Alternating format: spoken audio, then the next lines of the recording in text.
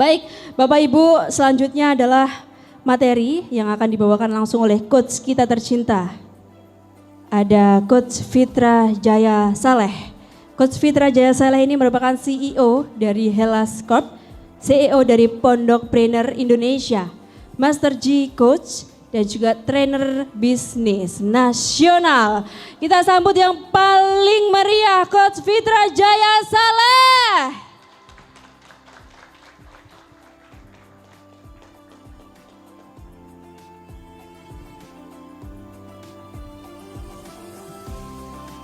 Bismillahirrahmanirrahim. Assalamualaikum warahmatullahi wabarakatuh.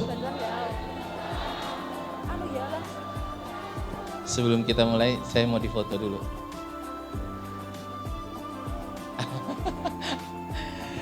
Alhamdulillahirrabbilalamin. Segala puji senantiasa kita panjatkan kehadirat Allah Subhanahu wa taala. Siang hari ini Allah berikan kita kesempatan untuk bisa bertemu, bertatap muka, bermuajaah, bersilaturahim. Mudah-mudahan semua Bapak Ibu yang ada dalam ruangan ini diberikan kesehatan oleh Allah Subhanahu wa taala. Kalau ada yang sakit, mudah-mudahan Allah sembuhkan. Kalau ada yang di antara kita mungkin hari ini sedang pusing, punya masalah dalam bisnis atau dalam pekerjaan, mudah-mudahan Allah berikan jalan keluar. Dan kalau ada di antara kita yang hari ini juga sedang pusing karena punya amanah, punya hutang yang belum selesai, mudah-mudahan Allah lunasin semua hutang kita. Kenceng sekali amin ya. Punya hutang. Gak apa-apa, kata orang hidup tanpa hutang tuh bagaikan langit tanpa bintang. Tapi kalau punya hutang tuh pusing ya, kepalanya penuh bintang-bintang. Bapak Ibu semuanya, hari ini kita akan diskusi, insya Allah sampai jam 12 malam. Bapak Ibu siap? Iya, saya yang gak siap. Kita akan diskusi tentang bisnis, yang harapannya diskusi kita hari ini bisa memberikan kepada Bapak Ibu insight, atau memberikan pemahaman sehingga nanti di rumah bisa dipraktekkan dan pada akhirnya bisa membuat bisnisnya bertumbuh. Siapa yang ingin bisnisnya bertumbuh? Angkat tangan, katakan saya. Ini mau semua? Beneran serius? Angkat tangannya lagi, tadi mau dicatat sama malaikat. Udah dilihat, turunkan tangannya. Bapak dan Ibu semuanya, sebelum kita memulai, saya ingin mengajak Bapak Ibu semuanya, kayaknya dari tadi tuh saya lihat kayaknya kondisinya sudah tidak kondusif. Maka sebelum saya mulai, saya ingin cerita, ada riset yang dilakukan di Amerika terhadap 2 kelas anak TK. Anggap saja TK kelas A dan TK kelas. Penelitiannya sederhana, setiap hari sebelum kelas TK dimulai, anak-anak TK kelas A didatangi oleh ibu gurunya, sebelum belajar diajak bermain, tepuk tangan, bernyanyi, dikasih permen, dikasih biskuit, semuanya ketawa, baru belajar. Sedangkan anak-anak TK kelas B selama 6 bulan sebelum belajar setiap hari didatangi oleh gurunya, dibentak-bentak, dimarahin, diplototin, baru belajar. Setiap hari, kelas A tepuk tangan, ayo kita makan dulu, ada permen siapa yang mau, kita bernyanyi, belajar. Yang kelas B, apa lihat-lihat, gitu. Dibentak-bentak, baru belajar. Dilakukan setiap hari. Ternyata hasilnya setelah 6 bulan, anak-anak TK kelas A mendapatkan nilai yang jauh lebih bagus daripada TK kelas B. Dan TK kelas A memahami ilmu lebih baik daripada TK kelas B. TK kelas A mampu mengimplementasikan ilmunya lebih baik daripada TK kelas B. Ilmu, pemahaman, pengetahuan TK kelas A lebih baik 80% daripada TK kelas B. Bapak dan Ibu, ada yang tahu kenapa kesimpulannya TK kelas A bisa memahami ilmunya lebih baik daripada TK kelas B? Ada yang tahu? Kenapa? Happy. Happy itu siapa? Happy-nya apa? Happy. Senang siapa? Yang kelas A. Sedangkan kelas B yang dimarah-marahin itu stres, takut. Nah, saya lihat dari tadi wajah-wajahnya kayaknya TK kelas B ini. Maka sebelum mulai, ada Bu Wiwi, ya lama gak ketemu.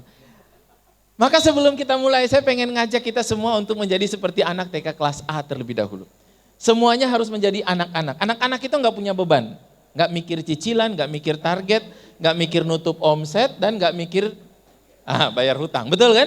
Mereka kayaknya bahagia gitu. Kita harus jadi anak-anak bahagia terlebih dahulu. Saya akan mengajak Bapak Ibu semuanya untuk bermain. Tolong pilih pasangannya, Duduk sebelah-sebelahan, hadap-hadapan. Boleh pilih pasangannya berdua-berdua. Nah, ini seperti Bapak sama Ibu. Nah, berpasang-pasangan. Berpasang-pasangan. Cari pasangannya masing-masing. Kalau nggak ada pasangan berarti nanti orangnya masih stres.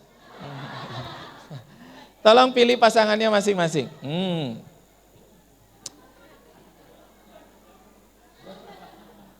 Sudah? Sudah. Berhadap-hadapan sudah? Ya, cari pasangannya. Ya, jangan sama suami orang, Bu. Ya. Sudah? Oke. Sekarang siap. Kalau saya bilang satu, kalau saya bilang apa? Tolong tangan kanannya berikan kepada pasangannya. Seperti ini. Ya, seperti Bapak dan Ibu ini. Bagus sekali. Satu. Kalau saya bilang dua, ya satu. Kalau saya bilang dua, telunjuknya Bapak dan Ibu taruh di atas telunjuk teman pasangannya itu di depannya. Nah, Bapak mana telunjuknya?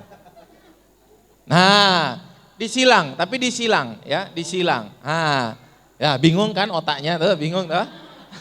Satu tangannya begini, satu begini disilang. Satu, dua begini. Ya Ibu betul, Bapak betul. Iya. Mana itu Mas Ayat? Kalau saya bilang tiga, itu Bapak di belakang kok nggak punya pasangan? Bapak, iya. Bapak mau saya bentak-bentak dulu? Oh, iya Bapak yang pakai batik. Iya Bapak pasangannya mana? Cari pasangan. Yang sebelah belakang. Kalau saya bilang tiga, dengan segera tangkap telunjuk yang ada di tangan kanan kita. Tapi jangan sampai telunjuk kiri kita ketangkep. Paham? Oke, kita coba terlebih dahulu. Percobaan. Siap-siap difoto. Satu, tangan kanannya diberikan. Tangan kirinya turun dulu. Dua, telunjuknya taruh di atas temennya. Tiga. Ada yang berhasil? Wah, berhasil. Kok cuma sedikit yang berhasil? Ini menunjukkan masih punya banyak hutang yang dipikirkan. Sekarang yang serius, yang beneran. Tangannya turunkan ke bawah semuanya, siap. Satu, tangan kanannya diberikan silang, yes. Dua, telunjuknya ditaruh di atasnya, siap-siap. Belum, baru belum. Nafsu amat. Satu, ulangi. Siap. Dua. Tempel. Tiga. Tepuk tangan yang meriah buat kita semuanya. Ada nggak yang setiap kali dengar angka 3 berhasil menangkap dan tidak ketangkap? Ada? Oh ada Bu Wiwi, ada. Orang yang konon katanya ketika mendengar angka 3 langsung menangkap dan tidak ketangkap, ini orang yang dominan berpikirnya pakai otak kanan. Nah kayak Bu Wiwi ini otaknya kanan banget. Orang otak kanan itu orang yang kalau mau melakukan sesuatu nggak mikir dulu. Nanti mikirnya carry. Mikirnya nanti belakangan. Orang-orang yang seperti ini, orang-orang yang punya imajinasi tinggi, bisa berpikir hal-hal besar, tapi lemahnya pada hal-hal detail. Tidak suka melakukan hal-hal detail, dan orang otak kanan adalah orang yang tidak suka hal rutin, maka dalam pembinaan dia akan lemah sekali. Maka kalau kayak Bu Wiwi itu kalau soal pembinaan anak-anaknya, sudah kamu belajar sama FJS aja. Dia nggak mau ngajarin, karena bagi dia itu rumit. Otak kanan itu begitu. Sedangkan orang yang ketika dengar angka 3, lambat, ketangkap, itu orang yang dominan berpikir otak kiri. Orang otak kiri orang yang suka banyak mikir. Kalau punya ide bagus, dipikirin sampai idenya nggak bagus.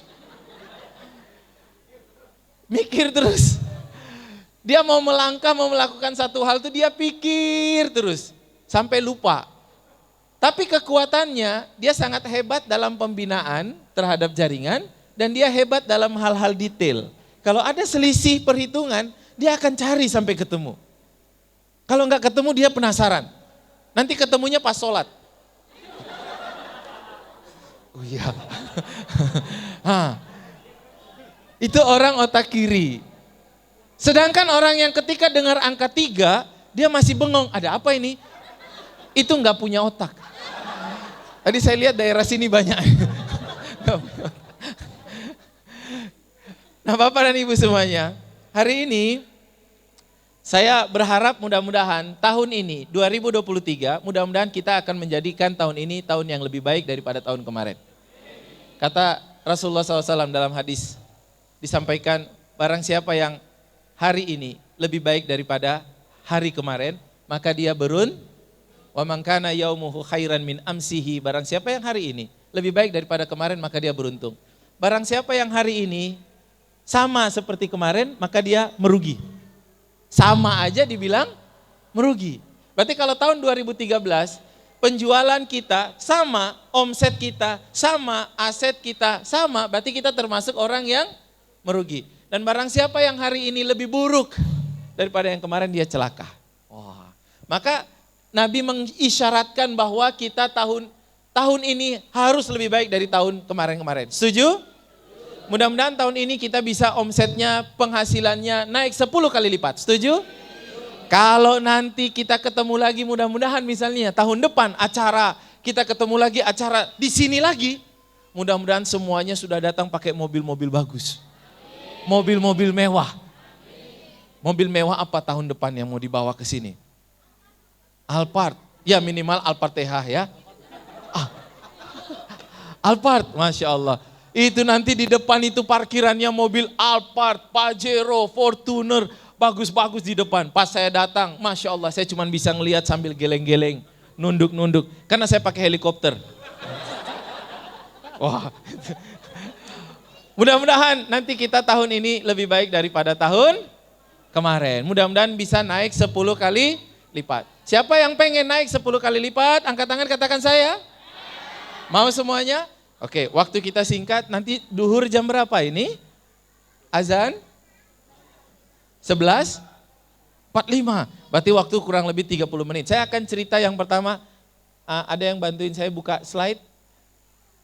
Buka slide. Kita pengen jadi pengusaha, betul? Pengen punya omsetnya miliaran, siap? Pengen penjualannya banyak, betul? Pengen tim-timnya banyak dan produktif semua, betul? Oke, nah saya akan mulai dengan beda pedagang, dicari ya. Oh ada nggak slide-nya? Ada 5 cara, Bapak Ibu yang mau nulis boleh, yang mau hanya terpanang lihat saya juga boleh. Kalau mau nulis siapkan alat tulis. Terpanang. Ada 5 cara orang menghasilkan uang. Saya ulangi, ada berapa cara orang menghasilkan uang? 5. Jadi orang cari uang itu ada 5 caranya. Kita lihat kita posisinya ada di mana dari 5 penjelasan ini. Yang pertama, orang menghasilkan uang dengan cara menjadi pegawai. Ada nggak orang yang menghasilkan uang dengan menjadi karyawan atau pegawai? Ada? Ada, tentu saja ada. Di antara kita mungkin ada. Di antara kelima cara ini tidak menentukan tingkat kemuliaan kita di hadapan Allah Subhanahu wa taala. Tidak. 5 cara ini hanya menentukan dan membedakan saldo rekening kita, penghasilan kita. Cara yang pertama tadi namanya jadi, siapa itu pegawai atau karyawan? Orang yang mendapatkan uang dengan cara bekerja untuk perusahaan atau untuk orang lain. Apakah ini baik? Baik, semua cara baik. Ini pilihan, kita mau cara yang mana. Tapi setiap level itu ada konsekuensinya. Yang kedua namanya pedagang. Namanya apa? Siapa itu pedagang? Orang yang mendapatkan uang dengan cara bekerja untuk dirinya sendiri. Bosnya adalah dirinya sendiri. Contoh misalnya orang yang jualan mie ayam. Di Wonogiri sini banyak yang jualan mie ayam. Orang yang jualan mie ayam, suaminya yang masak mie ayamnya. Istrinya yang melayani tamu yang datang makan. Anaknya yang cuci piring. Kalau mereka buka, ada pelanggan, ada orang makan, mereka dapat uang. Kalau ada hajatan di tetangganya, di keluarganya, mereka tutup nggak bisa buka, atau ada yang sakit, tutup nggak bisa buka, mereka nggak dapat uang. Kalau mereka bekerja, mereka dapat uang, mereka nggak bekerja, nggak dapat uang. Namanya pedagang. Semuanya mereka kerjakan sendiri. Mungkin dibantu oleh keluarga. Itu contohnya tadi adalah tukang mie ayam. Tukang tambal ban, yang nambal ban. Kalau dia nambal, dia buka dapat uang. Kalau dia nggak nambal, dia nggak dapat uang. Dokter yang praktek, kalau dia praktek ada pasien, dia dapat uang. Kalau dia sakit, dia nggak praktek, dia nggak dapat uang. Orang yang jualan online, yang bilang no posting, no closing, itu pedagang. Kalau dia posting, closing. Kalau nggak posting, nggak closing. Yang COD sendiri ya, itu COD, itu pedagang. Yang kalau ada orang nanya dia yang ngelayani, kalau ada dia yang kasih nomor rekening, dia yang bungkusin, dia yang ke JNE, atau dia yang COD, dia yang melakukan walaupun sudah dibantu oleh satu orang, mungkin keluarga atau punya karyawan satu, tapi semuanya dia masih melakukan. Kalau dia nggak melakukan nggak dapat uang, namanya pedagang. Sampai sini paham pedagang? Kalau dia buka toko dapat kalau nggak buka nggak dapat uang. No posting, no closing, itu bahasanya kalimatnya pedagang. Nah, jadi semuanya dia yang melakukan.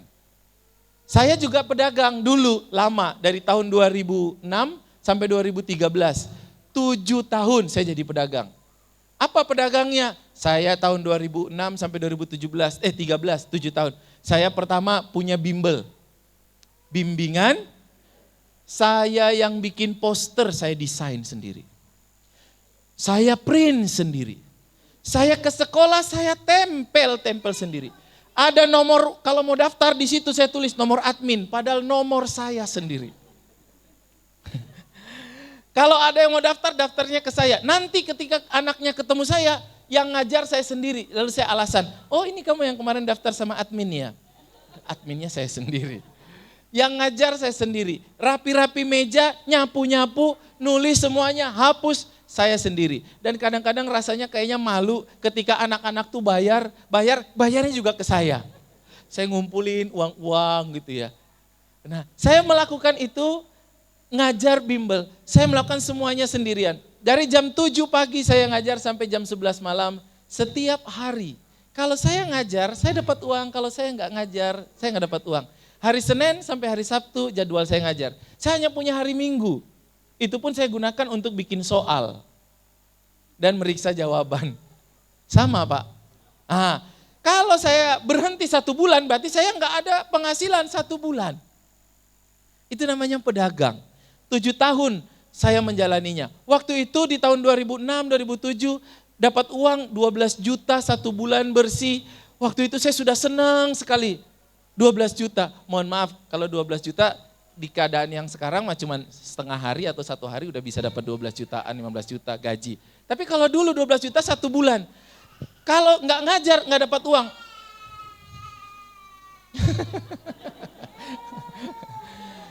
Ada yang bawa lakban. Mau saya packing. Kirim ke rumahnya. Ya.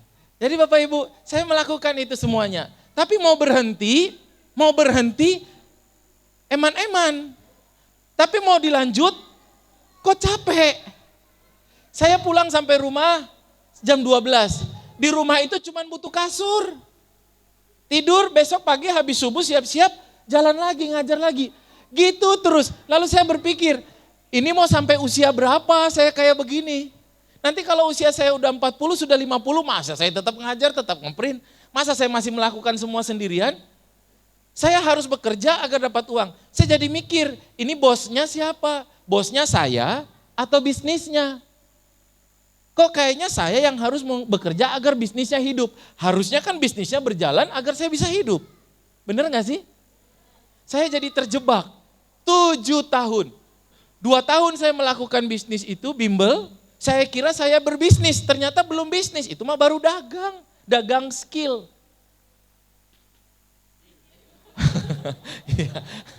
Dagang. Saya baru dagang keahlian saya. Akhirnya 2 tahun saya jalani, saya tutup juga. Karena tadi saya bingung mau tutup, tapi mau ngapain? Eman-eman, udah ada dapat uang. Tapi saya juga waktunya udah habis, nggak bisa kemana-mana. Akhirnya ditutup sama Allah dengan cara saya tipes. Iya, karena makan harus cepat-cepat, nggak boleh dikunyah. Langsung telan. Sholatnya pun harus kulhu aja. Nggak usah lama-lama karena anak-anak murid udah nungguin. Akhirnya saya tipes. 2 2 bulan gak bisa ngajar, anak-anaknya bubar. Wah, terus saya mau bikin apa lagi ya? Saya bikin warung makan. Warung makan ternyata lebih sadis. Jam 3 pagi saya sudah ke pasar. Saya belanja karena harus sayurnya seger, ikannya seger. Akhirnya jam 6 buka warung. Anak-anak mahasiswa mulai sarapan. Sampai jam 9 malam. Setelah tutup gak bisa langsung pulang kalau punya warung. Asah-asah dulu. Nyapu-nyapu, kursinya dibersihkan, diangkat ke meja. Pulang sampai rumah jam 11. Tidur jam 3 bangun lagi. Kalau saya di kasir, kalau saya di warung, saya duduk di kasir kerjaan saya. Tidak ada sistem kasir, gak ada pakai itu yang ketik-ketik itu. Pakai buku, kalau ada yang makan berapa? Kerupuk 1, 500, apalagi sama ikan sama 3.000, total 5.000. Saya kalau duduk di kasir, hari itu uangnya kayaknya banyak dapatnya. Tapi kalau karyawan saya yang duduk di kasir, karena saya keluar, kok kayaknya hari ini dapatnya cuma sedikit, saya jadi curiga. Jangan-jangan karyawan saya nilep, tapi saya juga gak bisa membuktikan. Kan sengsara banget ya kehidupan jadi pedagangnya. Bekerja, punya uang, dapat uang tapi uangnya gak tahu di mana. Uangnya datang dan pergi dengan metode salam. Datangnya assalamualaikum, langsung waalaikumsalam. Langsung keluar lagi. Jadi kerjanya keras banget tapi uangnya gak kelihatan. Itu pedagang. Kalau Bapak Ibu yang hari ini ada di level saya tahun 2006 sampai 2013, saya 7 tahun. Tobatlah. Ya. Insaf. Pulang dari sini sholat tobat 2 rakaat, istighfar 100 kali. Itu bukan bisnis, itu belum berbisnis, itu baru berdagang. Dan berdagang itu ya capek. Bapak Ibu pernah lihat nggak, mohon maaf, orang jualan di pasar dari masih muda, masih gadis sampai udah tua, udah punya cucu masih tetap jualan di pasar gitu? Saya nggak mau terjebak dengan itu, tapi saya mikir gimana caranya, orang saya nggak punya ilmu. Saya melakukan kayak gitu terus. Tapi nanti kalau saya tua, masa saya mau gitu? Kan kita nggak mau, tua masih tetap harus kerja keras. Kalau nggak kerja nggak ada uang, betul nggak Bapak Ibu? Maunya tuh sebelum tua udah punya banyak duit, betul? Iya. Akhirnya warungnya juga tutup. Akhirnya saya belajar ke Jakarta dan saya tahu ilmunya. Nah akhirnya hidup saya mulai berubah. Tahun 2013 hidup saya mulai berubah, saya mulai naik ke level yang ketiga. Masih ingat nggak level 1 tadi apa namanya? Pegawai. Level 2? Saya mulai naik level ketiga dan kita semua harus naik ke level ketiga, level 4, level 5. Level ketiga namanya juragan. Level ketiga namanya apa? Siapa itu juragan? Kita. Bu Titin. Siapa kita? Juragan. Nah, itu bukan. Jadi juragan itu adalah orang yang mendapatkan uang dengan cara mempekerjakan orang. Dia udah punya karyawan, 5, 6, 10 karyawan. Tapi belum ada sistemnya. Sistemnya adalah dirinya sendiri, ownernya sendiri. Jadi dia masih tetap harus melakukan, dia masih tetap harus datang, harus memantau, harus memonitor, harus mengecek. Karena belum ada sistem, belum punya manajer yang bisa diandalkan. Masih tetap harus turun ke bisnisnya. Dia masih tetap harus melakukan sendiri. Sistemnya adalah dia. Kata-kata yang sering didengar di kantor yang juragan itu biasanya kata ibu, itu sistemnya itu adalah kata ibu atau kata bapak. Ini harus digini. Jadi sistemnya berubah. Kalau juragannya pengen hari ini di sini ya, besok hari ini begini ya. Kok berubahnya cepat banget? Karena sistemnya adalah juragannya. Nah ini dia udah mulai besar. Mungkin kalau dia jadi punya jualan mie ayam, warung mie ayam bisa jadi dia punya 2, bisa jadi punya 3, bisa jadi punya 4. Semuanya ada karyawan, jadi dia tinggal keliling, ngecek. Tapi dia akan punya batasan di mana dia udah gak bisa besar lagi. Mungkin maksimal 4, mungkin maksimal karyawan tertentu dia udah gak bisa besar lagi. Juragan itu punya maksimal kapasitas yang dia tidak bisa untuk lampaui. Dia punya karyawan, ya udah sampai situ karena gak ada sistem. Dia udah mulai pusing, ribet. Karyawannya gak ada yang bisa diandalkan. Dia harus tetap turun tangan. Itu namanya juragan. Mungkin dia bisa pergi-pergi 1 minggu, 1 bulan, dia bisa meninggalkan bisnisnya. Bisnisnya jalan, tapi gak bakalan berkembang. Ada orang bilang, sistem itu adalah yang bisa membuat ownernya jalan-jalan tapi bisnisnya tetap Keliru. Kalau mau ownernya jalan-jalan, tokonya tetap jalan, nggak perlu sistem, cukup cari tukang jaga toko. Insya Allah ownernya boleh kok jalan-jalan, tokonya tetap buka, tetap jalan. Sistem itu yang membuat ownernya nggak ada, bukan udah meninggal bukan ya. Ownernya jalan-jalan, tapi bisnisnya berkembang. Paham Pak bedanya? Paham ya? Jadi ketika ownernya nggak ada, bisnisnya tetap berkembang. Karena ada aturan, ada target, ada manajer, ada pelatihan-pelatihan kepada manajer, ada SOP, semuanya sehingga orang semua bekerja dengan target-target, dengan SOP, sehingga bertumbuh. Dia hanya monitoring. Monitoringnya mungkin lagi duduk di Bali, di pantai sambil ngelihat, wah angkanya naik hari ini. Kalau nggak naik dia tinggal telepon. Itu kenapa nggak naik ya angkanya? Gitu. Itu yang namanya sistem. Nah kalau juragan dia udah punya karyawan. Tapi dia punya batas di mana dia nggak bisa bertumbuh lagi karena ya karyawannya mungkin udah banyak dan karena nggak ada sistem dia pusing ngurusin semuanya. Ada karyawan yang keluarganya sendiri, mentang-mentang keluarga sukanya seenaknya. Ada karyawan yang sudah paling senior, merasa paling senior, nggak menghargai yang junior, kerjanya seenaknya. Dia pusing, dapat laporan ini, dapat laporan itu, nggak tersistem. Itu namanya juragan. Level keberapa tadi? Kita harus naik lagi ke level keempat. Namanya pengusaha atau pebisnis. Pebisnis adalah orang yang mendapatkan uang dengan cara membangun sistem. Manajemen.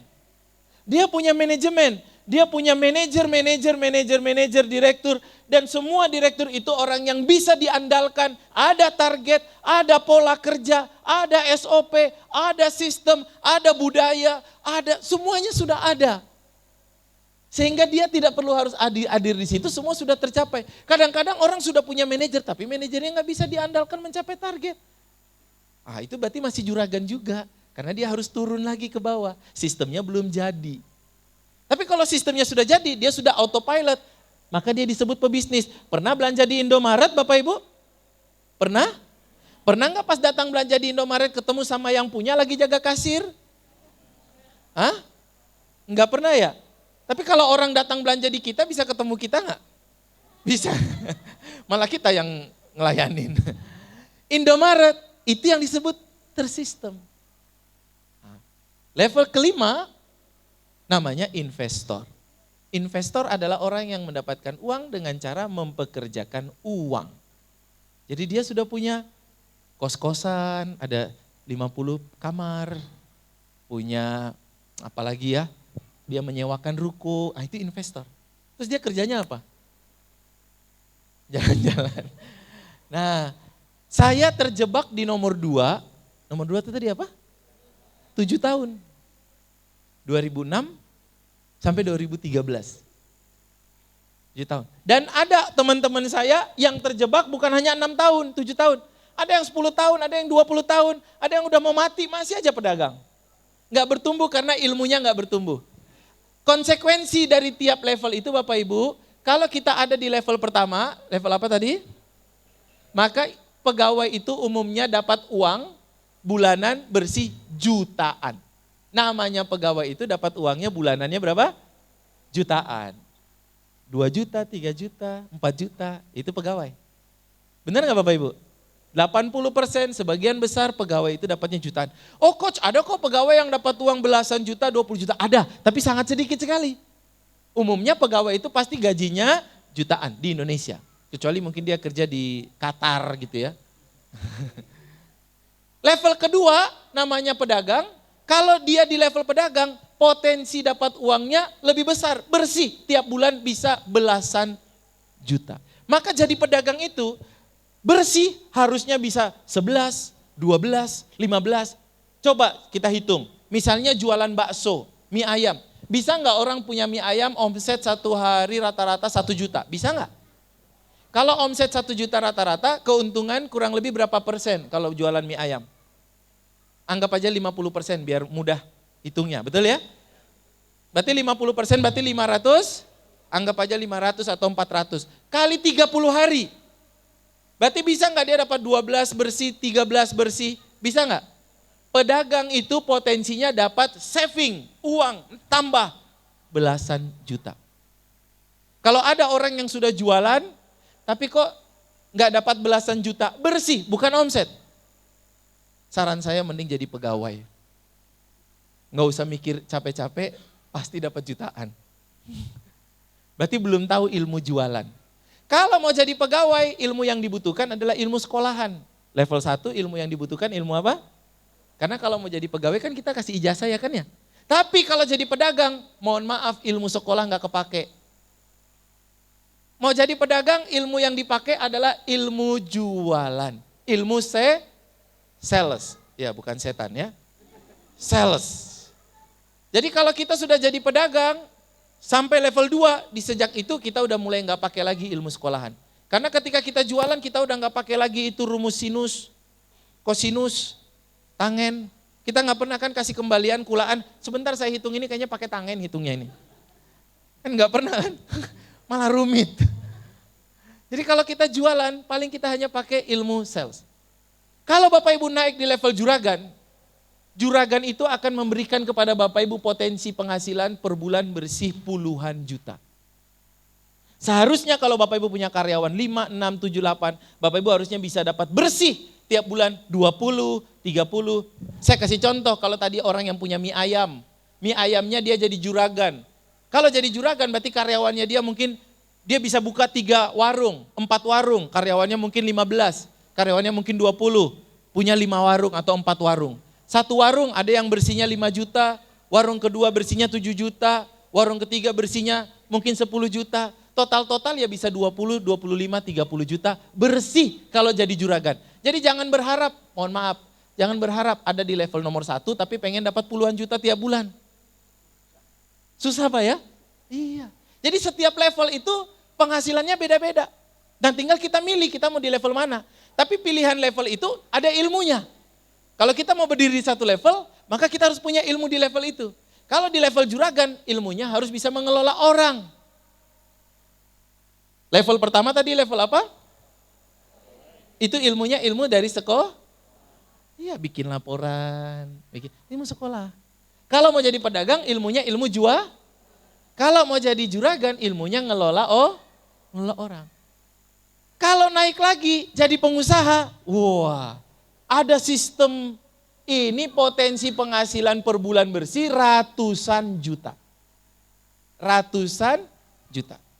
Setiap bulan bersih bisa dapat 100, 150, uang nambah di rekeningnya 200 kalau jadi pengusaha. Wah, sudah enak nih, mau 100 juta bersih tiap bulan. Oh ya, yang jawab istrinya Pak.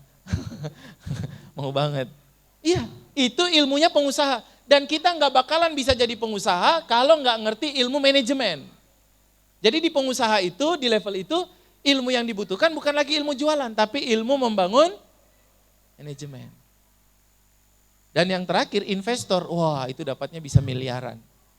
Contoh yang sekarang jadi investor kayak Sandiaga Uno, itu dia hanya dapat dividen dari saham yang dia punya di perusahaan.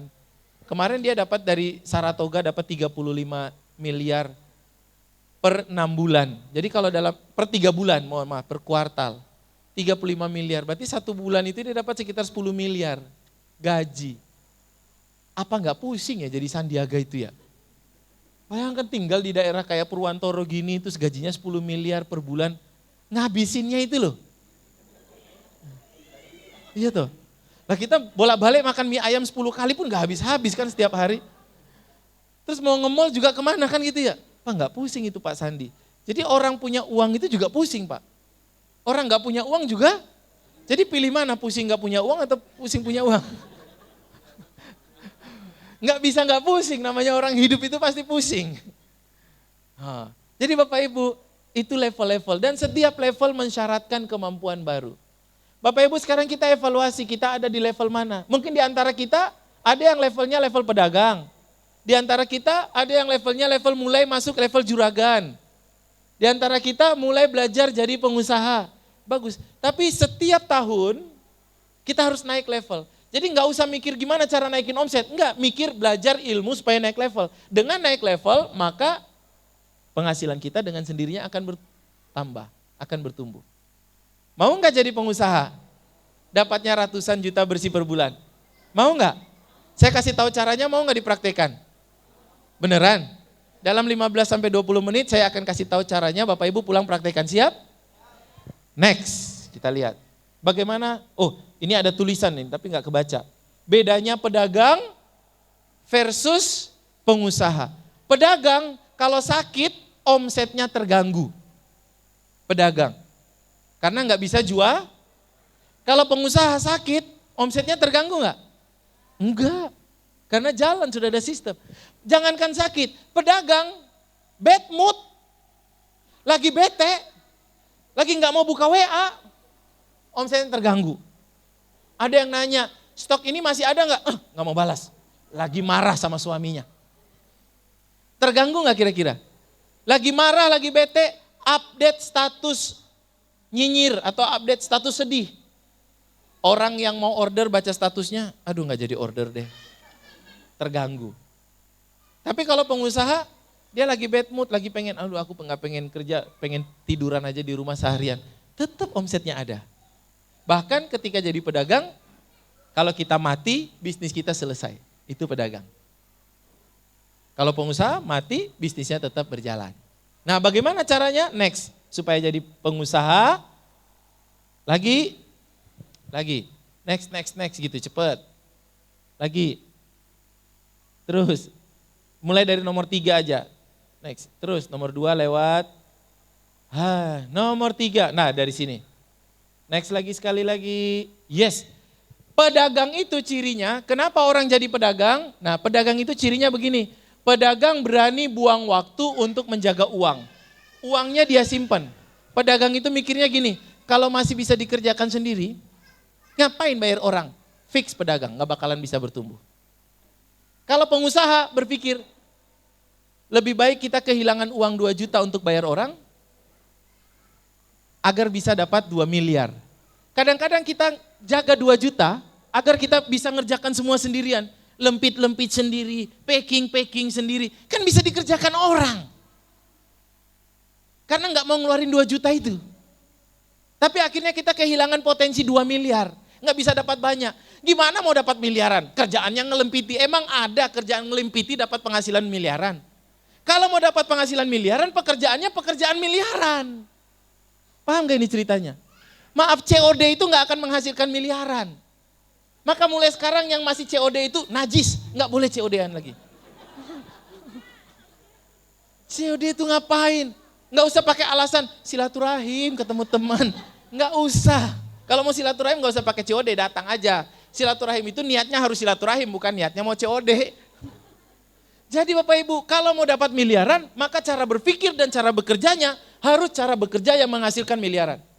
Kalau kita bekerja yang menghasilkan uang receh, jangan berharap dapat uang miliaran. Mohon maaf, packaging,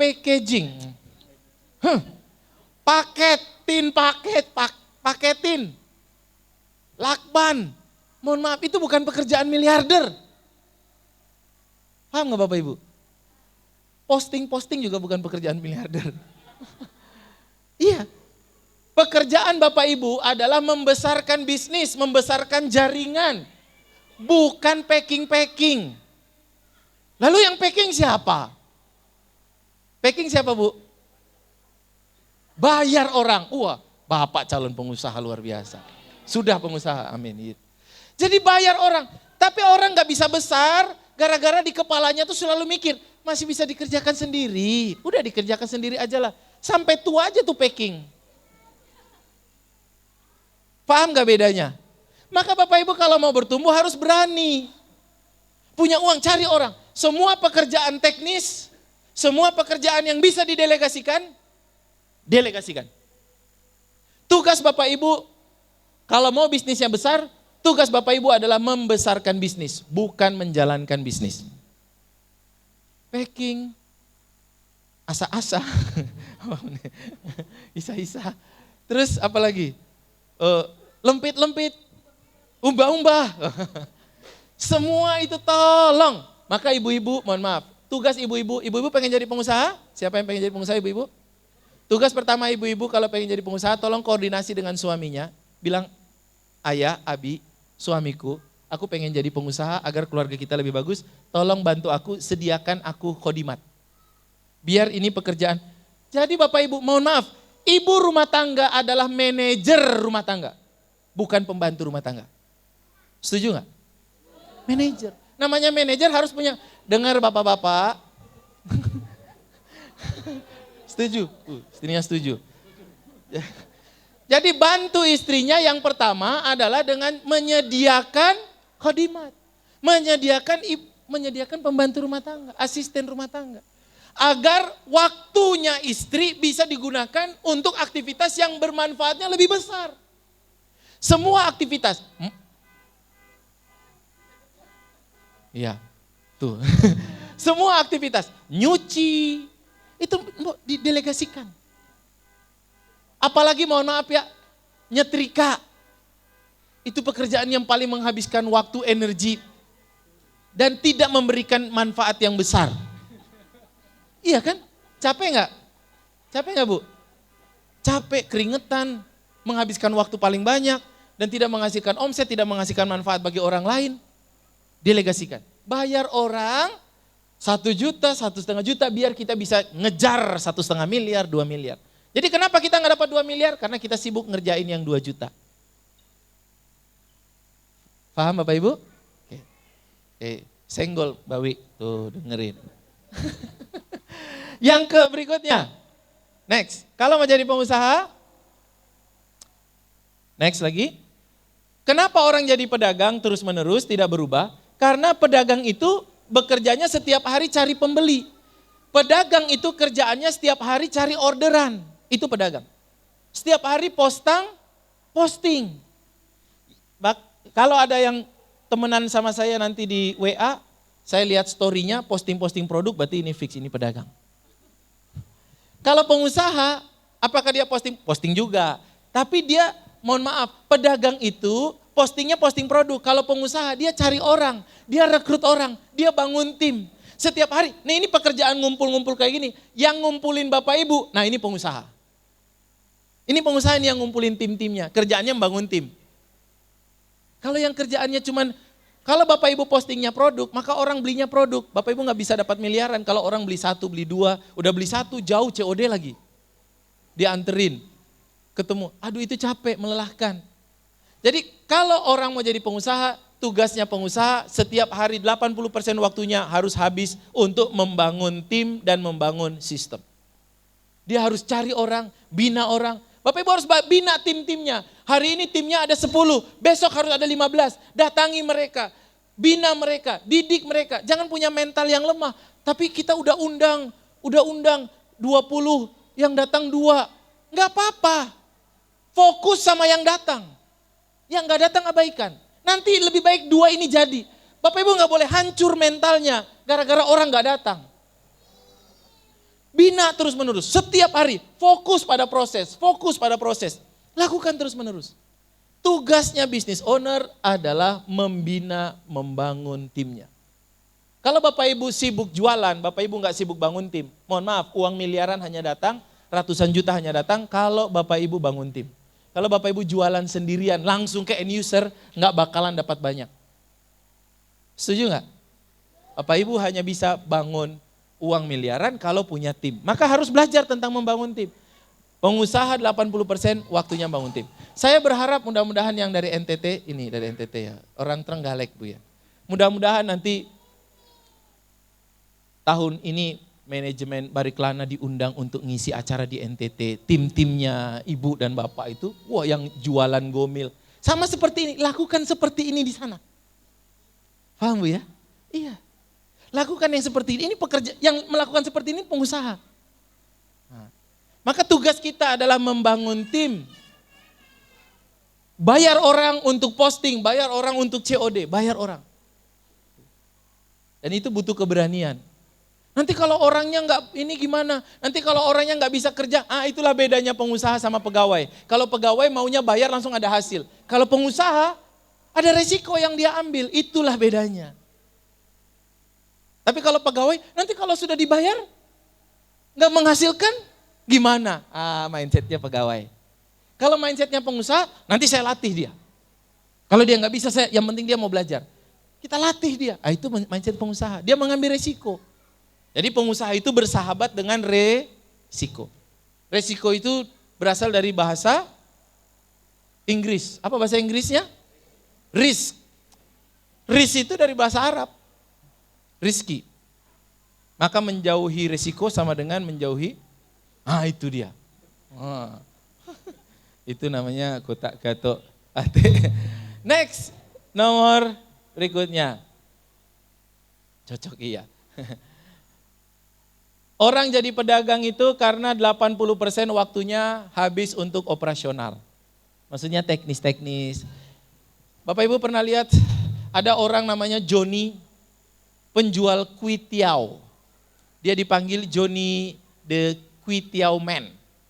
Dia jualan dari anaknya masih kecil, sampai anaknya udah nikah lagi, dia jualan. Terus dia yang masak, dia bilang kalau bukan saya yang masak, rasanya beda. Jadi harus dia yang masak. Ada nggak orang jualan kayak gitu?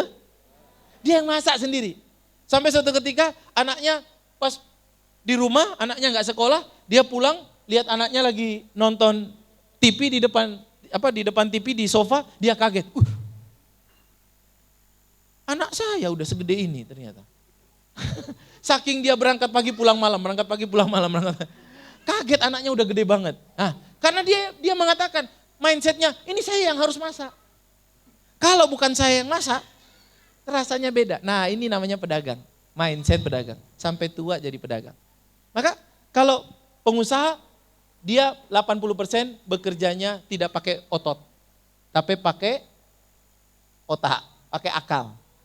Maka Bapak Ibu, kalau Bapak Ibu pengen jadi pengusaha, tugas Bapak Ibu pulang dari sini salah satunya adalah membuat ruang direktur, ruang owner. Bapak Ibu sudah punya belum? Meja, beli meja, kursi, kalau bisa kursi yang bisa goyang-goyang itu, putar-putar itu, jatuh, kelupak ke belakang gitu ya. Beli kursi yang enak, tugas Bapak Ibu setiap hari duduk di situ, mikir, ngerancanain. Kalau kerja pakai ini, bisnis bertumbuh. Kalau kerja pakai otot, bisnis gak bertumbuh. Bapak Ibu kerja pakai otot, maaf, contoh orang yang cari uang pakai otot. Tukang beca, kuli bangunan, pakai otot. Mereka besar gak? Karena pakai otot. Yang besar yang mana? Yang bikin rumahnya, yang pakai otak. Maka kalau Bapak Ibu gak punya ruangan untuk berpikir, Bapak Ibu gak bisa bekerja. Datang ke toko, malah gangguin karyawan. Gak ada kerjaan. Iya toh? Maka harus ada ruangan. Pulang dari sini mampir di S Hardware atau mampir di apa itu? Di itulah, Informa atau di Solo itu ada namanya Jempol. Beli meja yang layak, ya yang enggak goyang-goyang, beli kursi yang bagus, beli peta Jawa Timur, Jawa Tengah, peta Indonesia, tempel di tembok. Lihat petanya dari ruangan ini. Saya akan menguasai seluruh daerah. Gitu. Itu kerja tenanan. Jadi harus rubah cara kerja kalau mau rubah nasib. Bapak Ibu bekerja dengan cara yang sama, penghasilannya tetap sama. Harus berani untuk mengambil keputusan. Kalau nggak berani ngambil keputusan, nggak berani bayar orang, nggak berani merubah cara bekerja, hidup kita nggak akan pernah berubah. Itu yang disampaikan oleh Allah Subhanahu Wa Taala dalam surat Ar-Ra'd. Innallaha la yughayyiru ma biqaumin hatta yughayyiru ma bi. Allah tidak akan merubah nasib kita, omset kita, keadaan kita nggak akan dirubah sebelum kita merubah cara kita berpikir, merubah mental kita lebih berani, merubah cara kita bekerja. Kita harus berani kalau mau berubah. Maka di tahun 2023 ini harus berani mengambil keputusan-keputusan besar. Harus berani melakukan gebrakan-gebrakan. Harus berani nyetok, harus berani membangun jaringan, harus berani datang ke kota-kota baru untuk membuka jaringan. Kalau kita hanya dengan cara yang lama, maka hasilnya juga akan sama. Itu pilihan. Siapa yang tidak berani ngambil keputusan besar, hidupnya tidak akan pernah berubah menjadi lebih besar. Banyak orang yang mau ngambil keputusan, tapi terlalu takut. Mau buka toko, takut. Mau ngambil karyawan, takut. Hidupnya gak berubah. Semua rasa takut yang tidak kita lawan adalah batasan dari pertumbuhan kita. Kita gak akan bertumbuh. Ada orang yang mau buka toko, mikir udah 2 tahun. Ya bisnisnya yang nggak bertumbuh. Ada orang yang mau merubah, tadinya kerjaannya pakai tenaga, mau merubah. Udah 2 tahun mikir kok nggak ya berubah-berubah. Ya hidupnya gitu-gitu terus. Ambil keputusan, gagal nggak apa-apa, kita ulangi lagi, coba lagi, sampai berhasil. Jangan takut gagal. Itu. Next, nomor 6. Lagi, nomor 6, yes. Kenapa orang jadi pedagang dan tidak besar-besar? Karena cita-citanya cari uang hanya untuk bisa buat makan diri sendiri dan keluarga, bayar cicilan, terus nunggu tua dan mati. Tidak punya cita-cita yang besar. Sedangkan pengusaha kenapa dia jadi besar? Karena dia berpikir aku akan punya 100 karyawan tahun ini. Aku akan punya 200 karyawan. Aku akan bermanfaat bagi orang. Banyak orang yang akan mendapatkan manfaat dari perusahaan ini. Dia berpikir besar. Dia nggak hanya berpikir untuk memberikan rezeki bagi dirinya, tapi dia ingin bermanfaat memberikan rezeki bagi banyak orang. Dia berpikir besar, saya akan nanggung itu, saya akan bayar itu, saya akan bangun itu. Kenapa orang jadi pedagang? Berpikir besar saja takut. Opo iso? Kayaknya ra mungkin aku. Ya wis lah, ngene-ngene wae.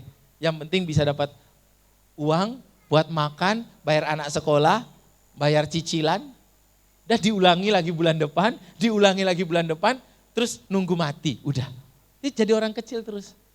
Maka Bapak Ibu harus mulai berpikir besar, punya visi yang menantang, punya cita-cita yang menantang. Berani nggak untuk berpikir besar? Berani nggak Bu? Hah? Apa contoh berpikir besar? Ayo, halus dipikir. Apa contoh berpikir besar? Berani nggak punya karyawan? Harus nambah karyawan 3 kali lipat di tahun ini. Biar omsetnya jadi lebih besar. Biar bekerjanya bisa lebih bagus. Berani enggak?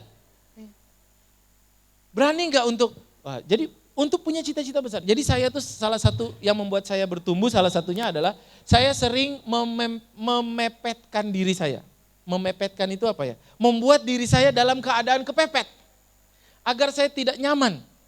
Orang-orang yang sukanya nyaman, orang-orang yang mengambil keputusan-keputusan yang nyaman, dia nggak akan bertumbuh. Di dalam kenyamanan tidak akan ada pertumbuhan. Maka saya sering memepetkan diri saya supaya terdesak agar kemampuan, kapasitas saya keluar semuanya. Saya punya teman namanya Joko. Di Ambon sana. Joko, teman SMP. Tapi orangnya, melambai. Apa namanya? Banci. Tapi namanya Joko. Kan nggak sinkron. Dia jalan, kalau jalannya itu lemah lembut. Lebih gemulai daripada cewek. Teman-teman cowok sering kali godain dia dirangkul. Ayolah Joko, apa sih? Dia cewek banget.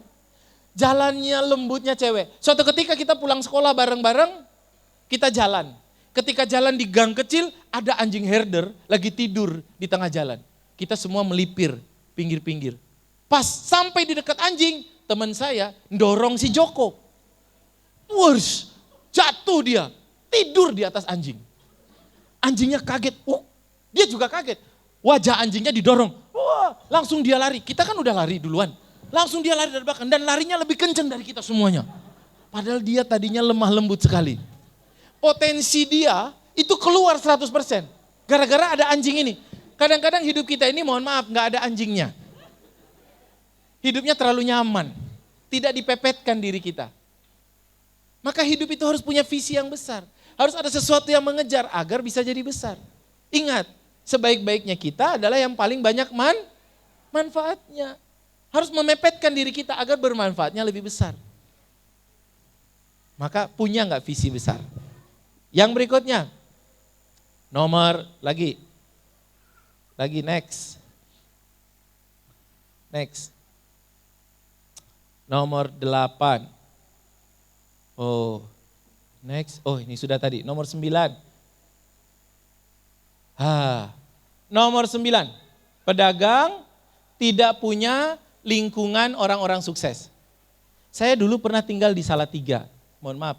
Salatiga itu kota kecil, banyak buruh-buruh pabrik, banyak yang berladang gitu ya. Jadi tempat tinggalnya di kota Salatiga itu orang bilang kota pensiun. Karena enak sekali untuk tidur, enak sekali untuk hidup. Bangun pagi, lihat pegunungan, ngopi, ngeteh, orang lewat ke sawah atau ke kebun, pabrik gitu ya. Kota itu, mohon maaf, menurut saya nggak memberi inspirasi untuk besar. Kita jadi kecil gara-gara lingkungan kita isinya orang-orang yang nggak menginspirasi. Orang-orang sukses, mereka masuk atau mereka datang atau mereka mencari lingkungan orang-orang sukses. Kan katanya begitu, kalau kita mau soleh, harus bergaul sama orang soleh. Kalau kita mau kaya juga, harus bergaul dengan orang kaya. Kalau kita mau sukses, harus bergaul dengan orang sukses. Nah, orang-orang kecil, pedagang yang nggak besar-besar, mereka nggak mencari. Mereka hanya diam, nunggu mudah-mudahan ketemu orang sukses. Sedangkan orang-orang sukses, mereka mencari. Mereka datangin komunitas-komunitas pengusaha-pengusaha, mereka ikut seminar-seminar, mereka berkumpul dengan orang, mereka sengaja untuk datang. Sedangkan orang-orang yang nggak sukses, mereka hanya menunggu di rumah, mereka nggak ada upaya, nggak ada usaha untuk mencari lingkungan yang menginspirasi mereka. Kalau kita mau sukses teman-teman, Bapak dan Ibu semuanya, kita harus cari lingkungan yang kalau kita ada di dalamnya, itu membuat kita merasa kayak kita tuh bukan siapa-siapa, nggak ada apa-apanya. Kita dapat lingkungan yang, itu orang pondok pesantrennya 10.000 santri. Itu orang bangun masjid. Itu orang punya mobil Lamborghini 3. Itu orang anak yatim yang dia santuni setiap bulan 100 orang. Kita belum ada apa-apa. Nah, kita harus cari lingkungan kayak gitu. Yang membuat kita bergetar, adrenalin kita memacu, darah kita mendidih, kita merasa kita nggak ada apa-apa dan kita pulang kita pengen jadi lebih hebat. Kalau Bapak Ibu nggak punya lingkungan kayak gitu, Bapak Ibu nggak akan sukses. Maka harus dicari, keluar dari rumah. Jadi jangan berpikir kita hanya di rumah, nanti akan didatangi oleh orang-orang sukses. Nanti ada orang datang ke rumah kita, ketok pintu. Tok, tok, tok, Assalamualaikum, kita buka. Waalaikumsalam, ada apa ya? Ini kok rame-rame? Ternyata orang-orang yang rame-rame itu mereka, perkenalkan Bapak Ibu, kami adalah perkumpulan orang-orang sukses di daerah sini. Sudilah kiranya Ibu untuk kami bergabung bersama kami supaya Ibu juga bisa sukses. Enggak ada yang kayak gitu. Enggak akan ada orang sukses datang untuk ngajak kita, enggak ada, kita yang harus datang. Maka kalau mau sukses, kerjakan sesuatu, keluar dari rumah, main yang jauh, pulangnya lebih malam, ngopinya lebih pahit. Ya sesekali jangan hanya ngopi, ngeteh juga. Biar tahu bahwa hidup ini enggak hanya pahit, sepet juga. Iya, jadi jangan hanya ngopi, ngeteh juga. Jadi Bapak Ibu semuanya harus ada usaha. Saya dulu berusaha Bapak Ibu, saya punya komunitas pertama yang merubah hidup saya, namanya komunitas JOS. JOS itu kepanjangannya Jamaah Online Shop. Tahun 2013 hidup saya berubah karena saya bergabung sama komunitas itu. Mereka di Depok, di Jakarta, isinya anak-anak ITB, anak-anak UI. Yang penghasilan mereka anak-anak muda, penghasilannya di atas 1 miliar semuanya. Waktu itu saya nggak punya penghasilan. Saya bergabung sama mereka. Saya paling malu, paling kecil, paling sedikit, paling nggak ada apa-apanya. Tapi saya akan bertumbuh kalau saya hidup dengan mereka.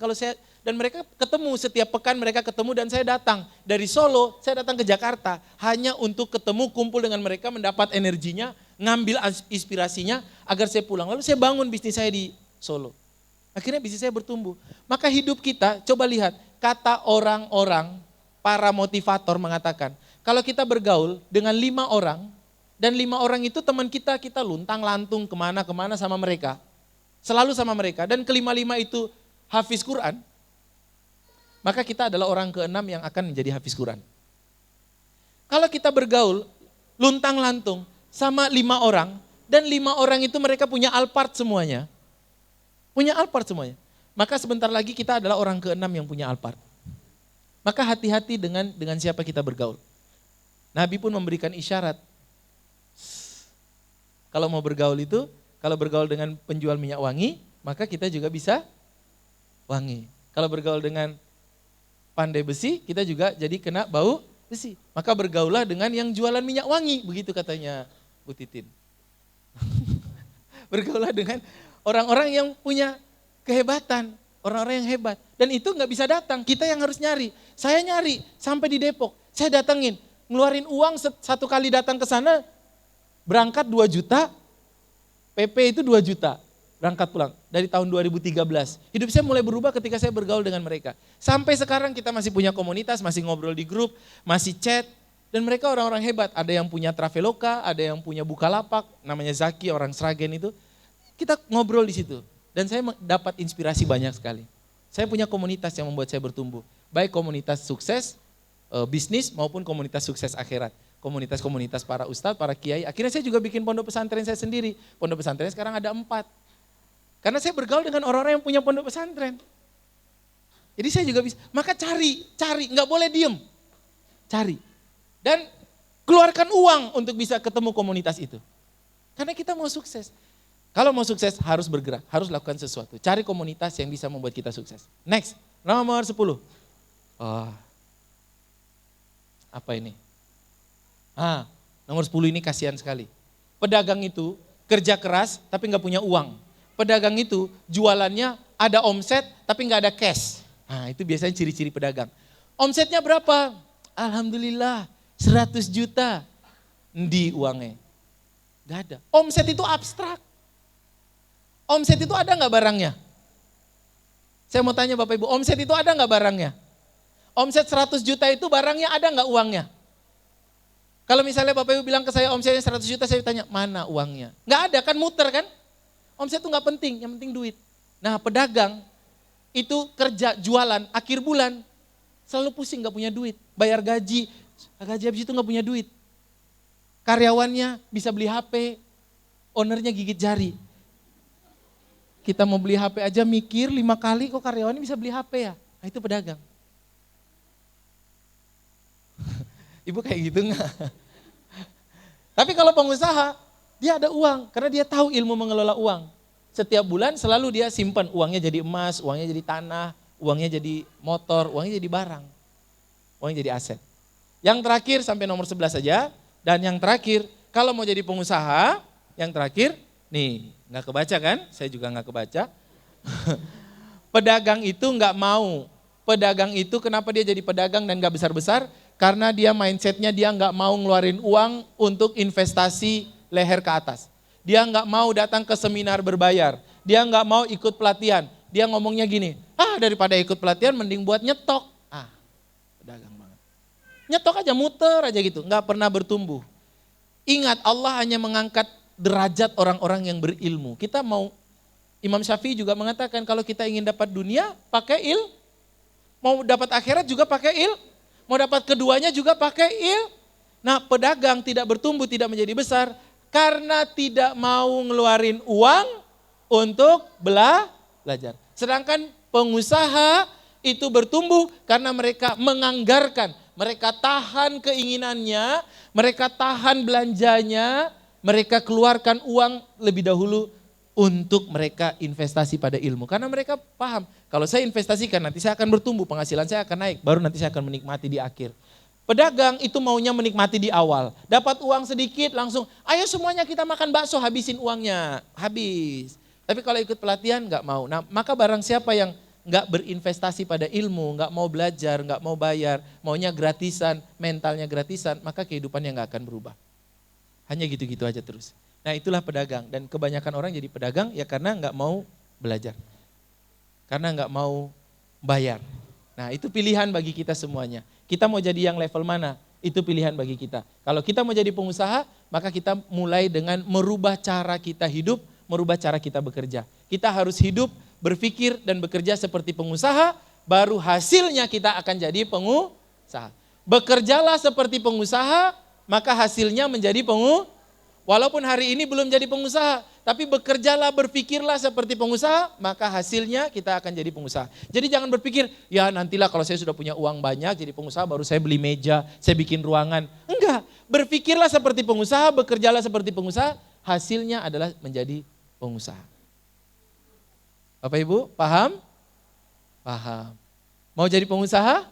Berat atau ringan? Hah?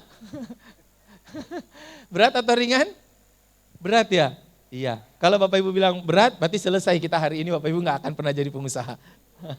Iya. Kalau Bapak Ibu sudah dalam hati, hai kok kayaknya angel, wis angel. Selesai. Ayo. Tugas saya hanya menyampaikan, soal Bapak Ibu jadi pengusaha atau tidak, Bapak Ibu sukses atau tidak, itu bukan tanggung jawab saya dan juga bukan karena saya. Bapak Ibu tidak akan sukses karena seorang guru, Bapak Ibu sukses karena diri sendiri. Tugas saya hanya mengingatkan dan menyampaikan bagaimana caranya, menyampaikan ilmunya. Karena tugas kita, semua kita Fazakir innama anta muzakir. Kita hanya menyampaikan. Tugas kita hanya menyampaikan. Kita hanya seorang penyampai. Soal bagaimana Bapak Ibu nanti pulang dari sini mengolah informasi yang saya berikan, apakah Bapak Ibu mau mempraktekkan atau sudah mikir berat, kayaknya berat. Itu semua tergantung Bapak Ibu. Tugas saya hanya menyampaikan, tapi saya berdoa mudah-mudahan Allah memberikan pemahaman kepada Bapak Ibu dan memberikan kekuatan kepada Bapak Ibu agar bisa mempraktekkan ilmu yang kita pelajari hari ini. Billahi taufiq wal hidayah, kita akan sesi tanya jawab, mungkin 1 atau 2 penanya. Saya akan berikan kesempatan, kalau ada yang mau nanya, boleh, ada yang mau menjawabnya, juga boleh, silakan tanya jawab sendiri ya. Saya berikan kesempatan, siapa yang mau tanya boleh angkat tangannya terlebih dahulu, sebutkan nama dan berat badan. Ibu jadi enggak? Jadi nanya, ya berat badannya.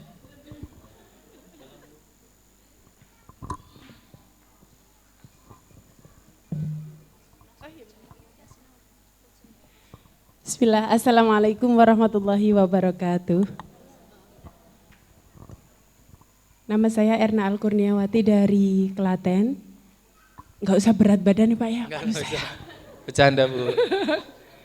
Ya, yang mau saya tanyakan adalah, tadi alhamdulillah saya sudah paham 80% dari apa yang jenengan sampaikan. Terima kasih, sangat memotivasi, sangat membuat saya gairah dalam berbisnis, bertumbuh, ya, dalam ya mengembangkan. Berani, ya. Bismillah ya. Untuk pertanyaan saya, gini Pak, kadang ini penyakit Pak. Penyakitnya bagaimana? Kadang-kadang gini, malas. Kalau itu turun-temurun kayaknya penyakitnya. Nah, tolong berikan tips yang membuat kami para distributor, mungkin yang masih terlalu bawah ya, seperti saya masih pemula ya Mbak ya. Tolong berikan tips supaya kami selalu semangat dalam bisnis ini. Terutama di bisnis Gomil ini, di bisnis Bariklana. Iya. Ya. Sudah itu. Sudah Bu, baik. Ya. Siapa yang merasa dirinya nggak disiplin atau malas? Angkat tangan. Angkat tangan coba, saya mau lihat. Siapa yang merasa dirinya tuh malas? Angkat tangan. Kadang-kadang. Bapak Ibu yang tadi saya bertanya lalu angkat tangan, mulai hari ini kalau ada yang nanya malas, siapa yang malas jangan angkat tangan. Kenapa Bapak Ibu malas? Karena Bapak Ibu angkat tangan.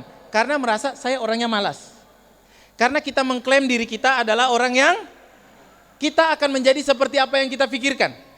Maka mulai hari ini untuk merubah kemalasan tadi, mulailah dengan menulis ulang di kepala kita, saya adalah orang yang disiplin. Saya adalah orang disiplin. Mulai afirmasi positif.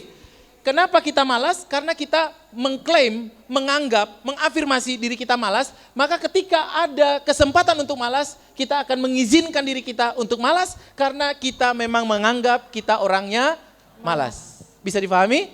Maka cara pertama, kalau ada yang mengatakan, kamu tuh orangnya malas, itu mau dikasih, ya kasih aja. Belum, ya udah, tak terima dulu ya. Cara pertama adalah mulai dengan mengafirmasi. Kita hanya bisa berubah kalau mindset kita berubah terlebih dahulu. Maka rubahnya dari sini dulu Bu. Ya. Rubahnya dari pikiran. Maka mulai hari ini lawannya malas itu apa? Rajin. Maka mulai hari ini Ibu bisa mengatakan menuliskan di dinding kamar tetangga. Kamar sendiri Bu ya. Tuliskan setiap pagi Ibu zikir dirinya. Saya rajin, saya disiplin, saya rajin. 100 kali setiap pagi sampai itu merubah alam bawah sadar Ibu. Ketika Ibu nanti mau malas, pasti nanti alam bawah sadar Ibu akan mengatakan, jangan kamu gak boleh malas, kamu tuh rajin. Jadi Ibu gak akan malas-malas. Maka langkah pertama adalah kita tidak boleh mengakui bahwa kita adalah orang yang negatif. Kalau kita mengakui kita malas, berarti kita memaki diri kita sendiri. Dan itu dilarang sama Allah untuk mengatakan hal-hal negatif terhadap diri kita sendiri, itu gak boleh. Di dalilnya terhadap ini Allah mengatakan ana indadzon abdi bihi. Saya sesuai dengan prasangka. Kalau Ibu berprasangka bahwa Ibu malas, maka Allah akan sesuaikan itu yang terjadi. Bisa dipahami? Yeah. Maka saya rajin, saya disiplin, saya rajin, saya disiplin. Itu yang pertama harus lakukan, dirubah di pikiran kita. Yeah. Maka nggak boleh lagi angkat tangan. Tadi angkat tangan insaf, tobat, ya. Jadi nggak boleh. Saya dulu nggak bisa matematika Bu. Dulu SMP saya nggak bisa matematika. Kalau ada ulangan matematika, teman-teman saya nilai dari 0 sampai 10, saya selalu nilai 2. 2 waktu saya SMP. Ulangan-ulang 2. Ulangan lagi 2. Guru saya bilang, kenapa Pit, kamu kok nggak bisa matematika? Saya jawabnya gimana? Saya nggak suka matematika. Itu namanya mental block. Saya udah bilang saya nggak suka. Kalau nggak suka diajarin kayak apapun nggak akan bisa. Iya. Nah, Karena itu saya udah gimana? bilang nggak suka kan. Ini saya omongannya saya salah ini. Karena pikiran saya bilang saya nggak suka. Guru saya bilang begini, kalau gitu setiap kali jam ibu, kamu berdiri di tengah lapangan. Kamu bilang, saya cinta matematika, saya suka matematika. 100 kali baru kamu masuk. Setiap jam ibu. Itu waktu itu matematika, 1 minggu 2 kali jam pelajarannya. Jadi setiap kali ibunya masuk, saya harus sudah bilang, saya cinta matematika 100 kali sambil tersenyum. Saya cinta matematika. Saya cinta. Jadi saya merubah diri saya terlebih dahulu. Ini saya kasetnya saya harus hapus dulu yang negatif, saya taruh yang positif. Saya lakukan itu terus menerus. Waktu itu saya mikir saya dihukum sama ibunya, karena saya nggak tahu ilmunya kan. Ternyata setelah SMA, Bapak Ibu, saya SMA di Jakarta. Dan saya juara matematika bukan hanya di sekolah, tapi se-Jakarta ketika ada tryout matematika, nama saya selalu di pertama, kedua. Bahkan ketika guru nulis persamaan misalnya, 2 kurang X, pangkat ini, X sama dengan, baru tulis sama dengan, saya langsung udah bilang, X sama dengan 2. Saya ngitungnya di sini. Saking saya bisa matematikanya. Padahal waktu SMP, saya nggak bisa matematika. Ternyata, kenapa saya nggak bisa matematika? Karena saya udah terlanjur ngomong saya nggak suka. Itu salahnya di situ saya tuh. Maka kita bisa merubah nasib kalau kita ngerubah diri kita sendiri. Merubah dengan cara berpikir. Maka mulai hari ini, afirmasi positif harus dilakukan. Saya orangnya rajin, saya orangnya disiplin, saya orangnya sukses. Saya orangnya rajin, saya semangat, saya disiplin, saya sukses. Ibu lakukan itu, maka yang akan terjadi di hari itu, ibu akan rajin, ibu akan disiplin, dan ibu akan sukses. Amin. Terima kasih Pak, terima kasih sekali.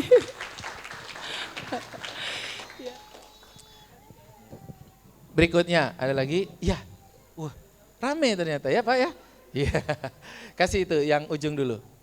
Ini yang, itu apa bajunya itu kayak bajunya Wakanda itu loh yang. Alhamdulillah. Siapa namanya itu? Assalamualaikum warahmatullahi wabarakatuh. Terima kasih. Salam. Nama saya Agus dari Kalimantan Selatan. Wah, jauh sekali Pak. Masya Allah. Mau pinter harus jauh-jauh lewat Datang. belajar. Wah, tepuk tangan buat Pak Agus. Keren. Di sini banyak guru-guru saya juga yang duduk. Tapi saya tertarik tadi dengan pernyataan coach adalah bagaimana kita merubah level dari 4 ke 5. Iya. Ya. Oke. Ini sangat menarik banget karena yang terjadi kemungkinan banyak kita yang duduk di sini masih di level 3 pedagang. Iya. Semua dilakukan sendiri. Iya Pak. Ngirim DW. Iya, tapi wajahnya pura-pura udah jadi pengusaha. Wah, Ya, saya tahu. wajahnya sok-sok Iya. pengusaha. Saya paham itu. Ya, tapi Kita kalau yang di pura-pura. sana Pak Parno sudah Nah di ini level pengusaha-pengusaha ini yang kursinya sini kursi pengusaha Pak. 5. Yang ingin saya minta bantuan adalah J. untuk menaik kelas dari level Betul. yang lebih tinggi itu pasti akan ada perubahan. Betul. Perubahan yang saya rasa nanti terjadi adalah dari tidak membayar orang menjadi membayar orang. Bayar orang salah satunya. Ini seperti apa, Coach? Apakah itu mudah? Iya. Karena kita order gomil pun perlu duit untuk Ya, membesarkan omset. betul. Jadi tolong dikasih tip yang bagus, Coach, supaya semua teman-teman kita di sini nanti ketemu tahun 2003 Ya. jadi pebisnis semua, bukan pedagang. Amin. Itu aja. Amin amin ya rabbal alamin. Assalamualaikum. Awalnya dulu ketika saya pedagang, ketika saya punya bimbel, saya ngajar sendiri. Ketika saya punya warung makan, saya juga melakukan semuanya sendiri. Tadinya saya juga berpikir ngapain saya harus bayar orang kalau saya masih bisa melakukan sendiri. Tapi akhirnya ketika saya lihat pengusaha-pengusaha, ternyata semua pengusaha itu pasti punya karyawan. Artinya kalau kita mau jadi ke level itu, berarti kita pasti akan punya karyawan. Mau hari ini atau besok pasti harus punya. Lalu saya berpikir daripada nanti-nanti, kenapa enggak sekarang aja? Saya punya karyawan pertama kali orang Pati, ya, dia kerja di Indomaret, lalu keluar, lalu ikut sama saya, namanya Sari. Waktu itu, Sari itu bilang begini, Pak saya kerja sama Bapak ya. Terus saya bilang, tapi saya itu bersihnya dari jualan ini, bersihnya baru 750.000. Waktu itu saya jualan mukena. Bersihnya 1 bulan 750.000. Si Sari minta gaji 1.500.000. Iya toh? Saya buat saya sendiri kurang toh Pak. Tapi fase ini harus dilalui. Saya nggak mau melaluinya nanti, saya mau sekarang biar suksesnya lebih cepat. Maka saya bilang sama Sari, yaudah Sari, kamu mulai besok kerja. Akhirnya dia kerja tempat saya. Saya bingung Pak, terus saya ngapain? Akhirnya setelah itu, beberapa hari setelah itu, yang saya lakukan, Sari di kantor, saya tiap hari keluar cari orang untuk saya jadikan reseller. Tiap hari keluar prospek, tiap hari keluar silaturahim, tiap hari keluar ketemu orang, silaturahim, prospek, silaturahim, prospek. Akhirnya mulai dapat reseller satu, dapat reseller, orderan ke Sari. Tapi saya yang buka-buka jaringan. Setiap ada orderan Sari yang kirim, Sari yang paket. Di bulan pertama omsetnya naik dan labanya dari 750.000 naik jadi 4 juta. Karena kenapa omsetnya naik? Karena saya keluar, bangun pasar, bangun jaringan, silaturahim, dan saya ditolak banyak sekali. Tapi itu resiko pekerjaan. Mohon maaf ya, kalau ada yang pengen jualan, bangun jaringan, nggak pengen ditolak, nggak usah jualan. Ada namanya resiko pekerjaan. Kalau petinju, Bapak pernah lihat orang tinju Pak? Profesi petinju, kira-kira resikonya dia apa Pak? Babak belur, dipukul, betul Pak? Kalau orang, chef, masak, kira-kira resikonya orang masak itu apa Pak? Kena minyak panas, betul nggak? Semua pekerjaan, semua profesi punya resiko. Dan resiko Bapak Ibu semua sebagai pengusaha adalah ditolak. Bayangkan kalau orang jadi petinju tapi nggak mau babak belur. Bisa nggak dia sukses? Nggak bisa. Orang jadi chef tapi nggak mau jadi kena itu minyak panas. Nggak bisa. Orang mau jadi atlet sepeda tapi dia nggak mau jatuh dari sepeda, nggak mau capek, nggak bisa. Setiap profesi punya resiko. Kalau kita mau jadi pengusaha, resikonya adalah ditolak orang. Kalau kita nggak mau ditolak orang, nggak usah jadi pengusaha. Saya keluar tiap hari, Sari jaga itu di toko, saya keluar tiap hari. Ada orderan, saya SMS, dulu masih pakai SMS Pak. Pakai BBM, masih ingat BBM Pak dulu? Saya dulu pakai BBM, tapi semenjak harga BBM naik saya pindah ke WA Pak. Saya BBM si Sari, siapkan orderan, dia yang kirim semuanya. Saya ibaratnya saya striker Pak. Sari penjaga gawang. Omsetnya naik. Lalu keuntungannya naik dari 750 jadi 4 juta. Kotor, 4 juta itu kotor. Tapi bisa untuk bayar Sari. Saya bayar dia 1,5. Masih ada sisanya. Bayar ini, bayar listrik, bayar. Alhamdulillah Pak, masih ada sisa saya 1 juta. Sarinya ngomong ke saya. Enak ya Pak jadi saya, kata Sari Pak. Saya tanya, kenapa Sar? Kok enak jadi kamu? Lah saya dapatnya 1,5. Bapak dapatnya 1 juta. Saya bilang, iya Sar, sekarang Sar. Tunggu 3-4 bulan lagi Sar. Kamu tetap Sar, saya naik. Itu resiko pengusaha. Bapak mau melakukan hari ini atau nanti, tapi kalau Bapak pengen jadi pengusaha, tetap Bapak pasti harus punya karyawan. Sekarang atau 50 tahun lagi, langsung jadi ingat sama. Jadi mau sekarang atau nanti, tetap. Maka saya daripada nanti-nanti, mending sekarang aja. Dan memang resiko. Dan itulah bedanya pengusaha sama karyawan. Kalau karyawan pegawai mereka ngeluarin uang, pasti mereka mikir, ini nanti jadi enggak ya? Tapi kalau pengusaha, udah saya bayar orang, saya akan cari bagaimana supaya bisa membayar orang. Yang kedua, kalau Bapak ambil karyawan, yang kedua, bukan hanya akan menaikkan penghasilan, tapi yang kedua, kalau kita punya karyawan, itu akan memberikan tekanan hidup. Benar nggak Bapak Ibu? Jadi kalau tadi tuh Bu Erna tanya gimana biar tidak malas, salah satunya adalah ayo cepat punya karyawan. Biar tertekan gitu ya. Hidupnya tuh jangan selalu dalam zona nyaman. Ingat, di dalam zona nyaman tidak ada pertumbuhan. Apa tuh bahasa Inggrisnya zona nyaman? Itu, kampret zone. Kalau siapa yang pengen ada dalam kampret zone itu, dia nggak akan pernah bisa untuk sukses. Maka Bapak, buatlah diri Bapak tidak nyaman. Ya, ambil keputusan berani yang menantang, dan semua yang berani yang menantang itulah yang membuat kita akan bertumbuh. Ya, Bapak mudah-mudahan kalau pertemuan tahun depan sudah omsetnya naik 10 kali lipat. Berani ya Pak ya? Siap. Wah, Masya Allah. Berikutnya ini. Ya. Ini. Ya, baik, terima kasih. Ini sangat inspiratif buat saya. Saat ini posisi saya ada dua. Di level 1 sebagai pegawai sama posisinya seperti Pak Husni tadi. Ya, nenteng nggak apa-apa, nggak malu istilahnya. Walaupun di satu sisi lawang sudah seperti ini kok harus nenteng gumil. Ya, itu alhamdulillah.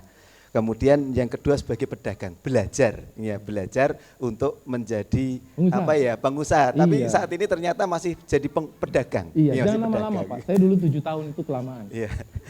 Dan juga sama dengan coach tadi, sebagai orang yang kesana kemari untuk bimbel. Dan juga dulu tapi sekarang dulu, sudah masih ada beberapa. Masih ada beberapa itu. Ya.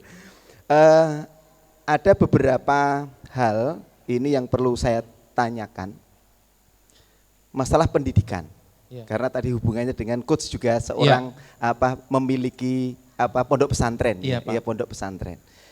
Banyak orang pengusaha lah seperti itu, memiliki harta yang cukup banyak, kemudian memberikan bimbel les kepada anak-anaknya dengan harapan mendapatkan nilai yang baik. Dan terakhir anaknya ini akan dikuliahkan di ITB atau di perguruan-perguruan tinggi yang bonafit atau yang favorit, sehingga anaknya akan menduduki posisi tertentu sebagai pegawai. Sebagai pegawai. Di satu sisi kita mengharapkan adanya satu investasi dunia akhirat, yaitu anak yang soleh, anak yang soleh. Pertanyaannya, sebenarnya seperti apa tujuan kita menyekolahkan anak? Menyekolahkan anak dalam arti kalau lulusan SD yang miliarder banyak, kalau tadi coach nyatakan pegawai itu S1, S2, S3 sampai S3 terakhir S3 terakhir. Itu hanya sebagai pegawai, padahal di sini kita menjadi pengusaha. Sebenarnya tujuannya apa, Coach? Syukran. Jadi Bapak Ibu, jangan bingung antara pendidikan dan sekolah. Itu dua hal yang beda. Yang wajib itu belajar, yang wajib itu pendidikan. Tidak ada wajib sekolah, itu nggak ada di mana-mana. Dalam agama tidak ada wajib sekolah. Bahkan di Indonesia wajib itu bukan wajib sekolah. Wajib apa? Wajib belajar. Bedakan antara sekolah dan belajar. Itu dua hal yang berbeda. Yang wajib harus faridatun alal muslimin wal muslimat. Wajib bagi kita orang muslim laki-laki dan perempuan itu adalah belajar. Bukan sekolah. Orang yang belajar dia akan menguasai masa depan.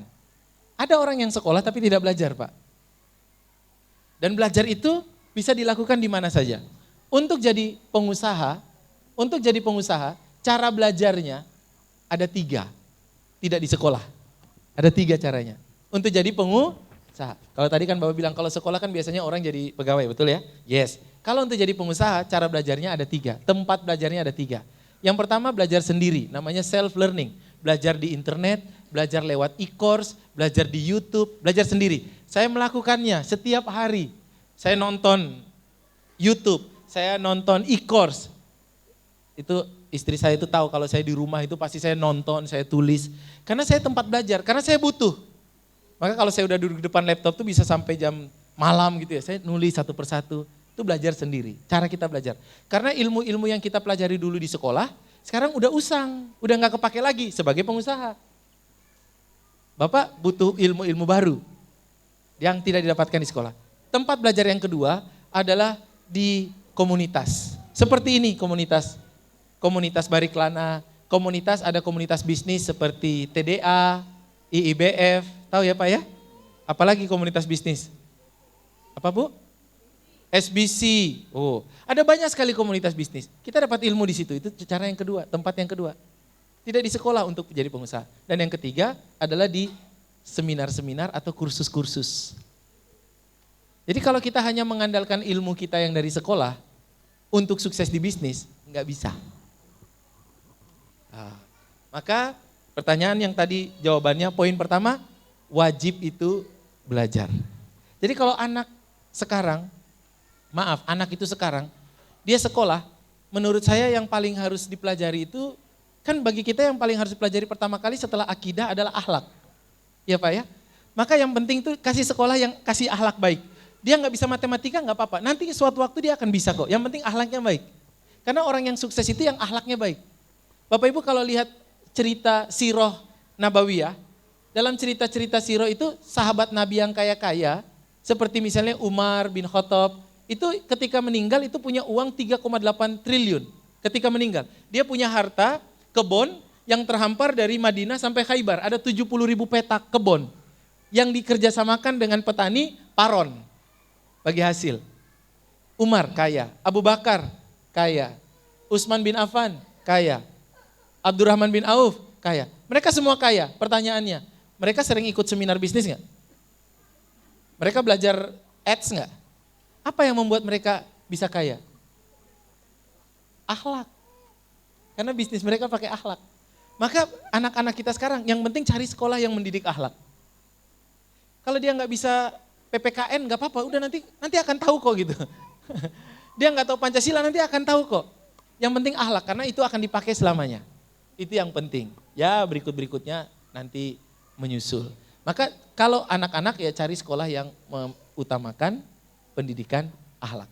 Kalau yang matematika, bahasa Inggris, ya itu nanti sesuai kebutuhan, bisa belajar nanti. Apalagi ketika masa-masa golden age, masa-masa usia 5 sampai 13 tahun, itu full harus belajar akhlak. Itu masa-masa, karena sudah di atas 15 tahun, itu ibarat udah mau dibengkokin udah takut patah Pak. Karena dia udah belajarnya bukan dari orang tua lagi, belajarnya sudah dari lingkungan. Nah maka anak-anak itu yang pertama setelah akidah ya ngajarin akhlak. Lalu tinggal nanti dia mau besar jadi apa? Ya kita support aja dia mau jadi apa, yang penting baik. Gitu. Jadi kalau pertanyaannya bagaimana pendapat tentang pendidikan? Wajib, belajar wajib, sekolah enggak. Tidak ada yang mewajibkan sekolah, tanya Pak Jokowi. Yang wajib itu wajib belajar 9 tahun. Kalau Nabi bilang wajib belajarnya bukan 9 tahun, tapi seumur hidup. Maka siapa yang punya karakter pembelajar, dia adalah pemilik masa depan. Dia orang sukses di masa depan. Siapa yang tidak mau belajar, dia adalah pemilik masa lalu. Dia nanti ngomong, dulu, saya tuh pernah loh dulu. Alah dulu kok diomongin. Tapi kalau dia belajar, dia selalu pemilik masa depan. Maka jangan berhenti belajar. Maka saya melakukannya, saya belajar terus menerus. Setiap hari saya meluangkan waktu untuk belajar. Jadi kalau saya di rumah pasti saya duduk depan laptop, saya buka, saya belajar satu persatu, saya belajar lagi. Saya melakukannya karena saya ingin memiliki masa depan. Gitu Pak ya. Semakin cepat Bapak belajar, semakin cepat Bapak bertumbuh. Semakin lambat kita belajar, semakin lambat kita bertumbuh. Wah, gitu. Bapak Ibu siap belajar terus? Siap. Mudah-mudahan pulang dari sini karakter kita menjadi karakter pembelajar.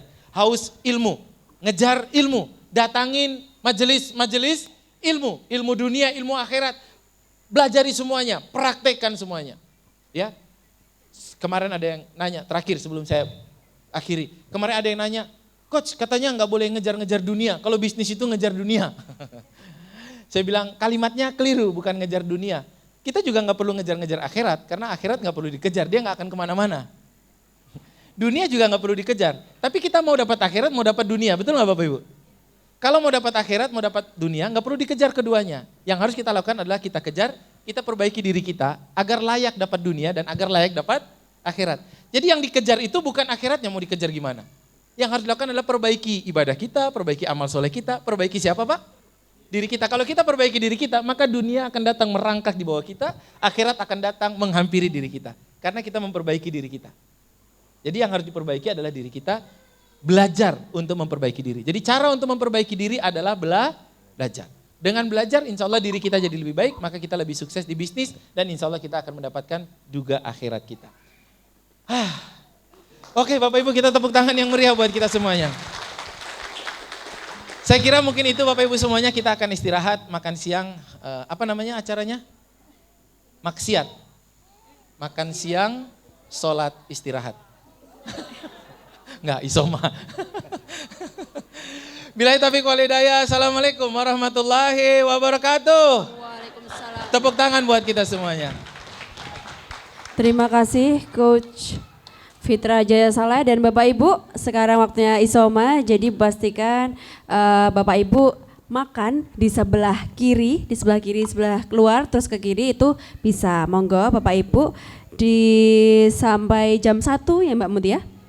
sampai dengan jam 1. Jadi di sana boleh ngambil makan, boleh makannya di sini atau di mana, monggo bebas saja untuk Bapak Ibu semuanya. Yang penting jam 1 sudah sampai di sini, silakan untuk sholat, makan dan istirahat. Terima kasih. Yuk sholat dulu ntar gendong.